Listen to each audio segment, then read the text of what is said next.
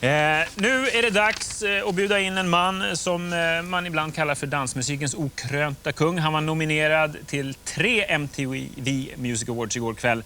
Den här skivan, Play, har sålt i över 6 miljoner exemplar. Och har ni den inte hemma i er skisamling så har ni säkert hört låtarna både i reklamfilmer och på bio. Välkomna, Moby!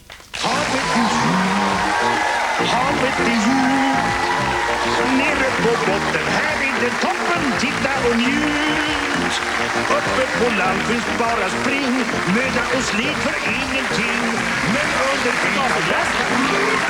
can see, I need them to see far but not to see close. Okay.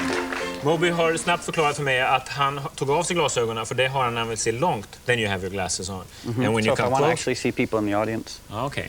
But then if I can see people in the audience, I get nervous, so I should probably take them off. Can you see me from here? Pretty well. We'll see how it works out. This is amazing. This is your latest album, Play. It came out almost 2 years ago, 1.5 years ago. And it's still a hot album. They're still releasing singles from it. Yeah. And it just keeps on selling and selling, over 6 million copies right here. Which is really, really strange. Yeah, because it's sort of like a niche record. And I made it in my bedroom. Is that true? Yeah. I mean, I live in the Lower East Side of Manhattan, and I have a two-bedroom apartment, and my second bedroom is a little recording studio.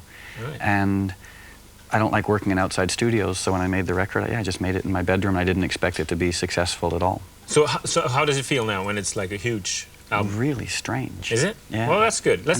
I thought we could just show the audience a few clips from some of the videos that have been released from the album. And 2 of them have actually been directed by our friend Jonas Åkerlund. Yeah, one was made here in Stockholm. That's true, the James Bond movie. That comes first here.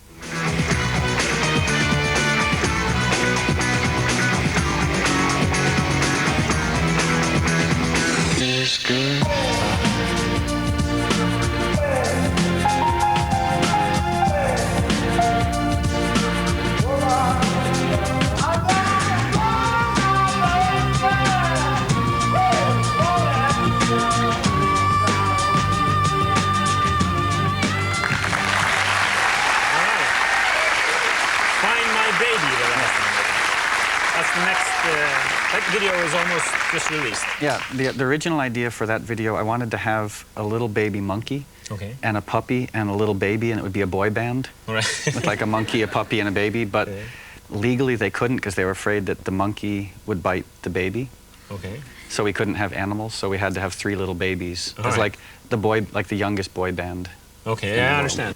That track, the track "Find My Baby," has like a vocal repeating itself that is very old.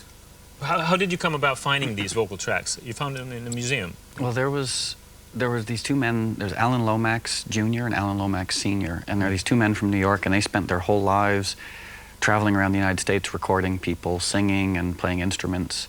And they started in like 1920 and they finished around 1950. And just recently, a lot of these recordings have been reissued. So I found these old recordings and sampled them, and that's where some of the songs are based around. Okay, so the singers, most of them are dead? Oh, I mean, that Find My Baby vocal, I think, was recorded in 1940. Wow. So it's 60 years old, yeah. Have any of those relatives given you a call afterwards? No, not yet. I mean, I've tried to do the right thing. I've tried to pay whoever, like I've paid to use the samples, and I've paid the record companies who put them out, but there were never really any contracts issued. 60 years ago, it was just Alan Lomax in a bar holding up a microphone to this guy who was singing. So, I wanna find one. Okay. So no contracts. Yeah. All right. Well, it's a really terrific album. We really enjoy it, and it's been used in many films and commercials as well. I don't know if I should be proud of this or not, but it's the most licensed record ever. Is it? In the entire history of music. Wow. It's been licensed 800 times. How does that feel, hearing your music in like a commercial for a car or something? On one hand, I used to be a punk rocker when I was really young, so on one hand it annoys me. Yeah. Because I think to myself like that I've sold out. Yeah. But on the other hand, it's really flattering because I like the music that I've made and I want people to hear it. So I'm sort of at war with myself. Like, part of me doesn't want to let it be used in commercials, but another part of me is really flattered by it. You don't drink, you don't smoke, you don't drive a car? I drink occasionally. Oh, you do? I'm sorry, yeah. I'm not as pure as you might. I could pretend I don't drink with that. All right, we could pretend it for this question. Okay. You even had a part of your life where you didn't have sex. So how would you Not by describe... choice. It wasn't your turn? Oh, I bet it was. I bet it was. You're a religious man. What's that? You're a religious man. I don't know if I'm religious. I used to be, many years ago, I was very religious. I'm sure that there are a few people like this in Sweden. I was a punk rock, animal rights, straight edge Christian. Yeah, we have plenty of those. You know. Yeah. So, but then I realized I was just a jerk. You know, like I was no fun to hang out with because I didn't want to go out. I didn't want to have sex. I only listened to hardcore punk. You know, if I was around someone who was even drinking milk, I would yell at them. All right. So, okay, you were that type. Oh, but I was such a jerk. So what of these things do you do now? Do you smoke? No. No? Okay. Do you eat meat? No. Okay. But you drink occasionally? Sometimes, yes. Okay. Do you drive a car? This I thought was funny. No, but that's because I live in New York City, and New York City you walk everywhere. All right. So I mean, I don't really have a problem with driving a car. It's just I don't know. So you how. took a cab to the studio tonight? Yeah. Okay, no problem. Yeah. Drinking and driving? Drinking and driving? Oh yeah, all the time. All the time. Okay, Yeah. nice. See, what makes it even better is I don't know how to drive. All right. So what I do is I get really drunk and then, you know, borrow cars from friends of mine. Okay. And drive blindfolded. All right. Especially when school's getting out. This doesn't... Yeah, that sounds like you in a nutshell when I read about you before. But I heard that when you want to have fun, you go to bars on Manhattan, sing karaoke naked. I have sometimes sang karaoke naked in Manhattan. Okay. Let's start off with the karaoke bit. Why do you sing karaoke? Why do I sing karaoke? Because there's something really special about making a fool out of yourself in public. Okay. Yeah. And that maybe explains the naked part as well. And the naked part, and it's just karaoke and liquor together, and you get naked. Okay. You know?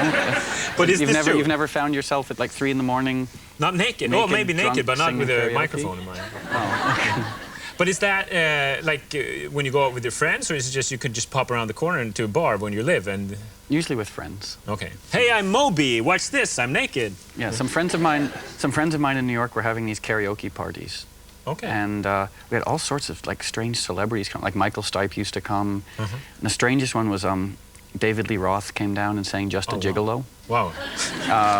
Mick Jones from Foreigner came down and sang some Foreigner songs. So it was like a really mixed bunch of people. And how does this club work? Was it invitation only? No, it was open to the public. It was just every Wednesday night in this sleazy bar, they would have karaoke nights. Oh, wow.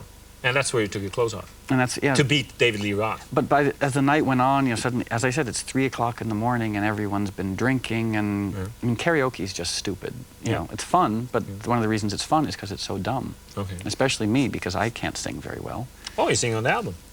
Yeah, there's a lot of electronics involved in that. You know. But actual karaoke, I'm terrible at karaoke, but I love it so much, and I love making a fool of myself in public. So. All right. Before we let you go, look into camera 4 and give young Swedish musicians a few words of advice. Words of advice? Yes. The #1 word of advice I would have for young Swedish musicians is find something that you love and work very hard at it. And it might seem obvious, but oh, it sounded like someone was peeing over there. Yeah, didn't it? But it wasn't. It was the cable from the camera. But what happens if the cameraman really has to pee? Oh, we've had that plenty of times. Okay. So they just... But, okay, so yeah, work hard, find something you love, work hard at it, and don't play video games. Because think of every hour, like people spend 6 hours a day playing video games when they could be out making music.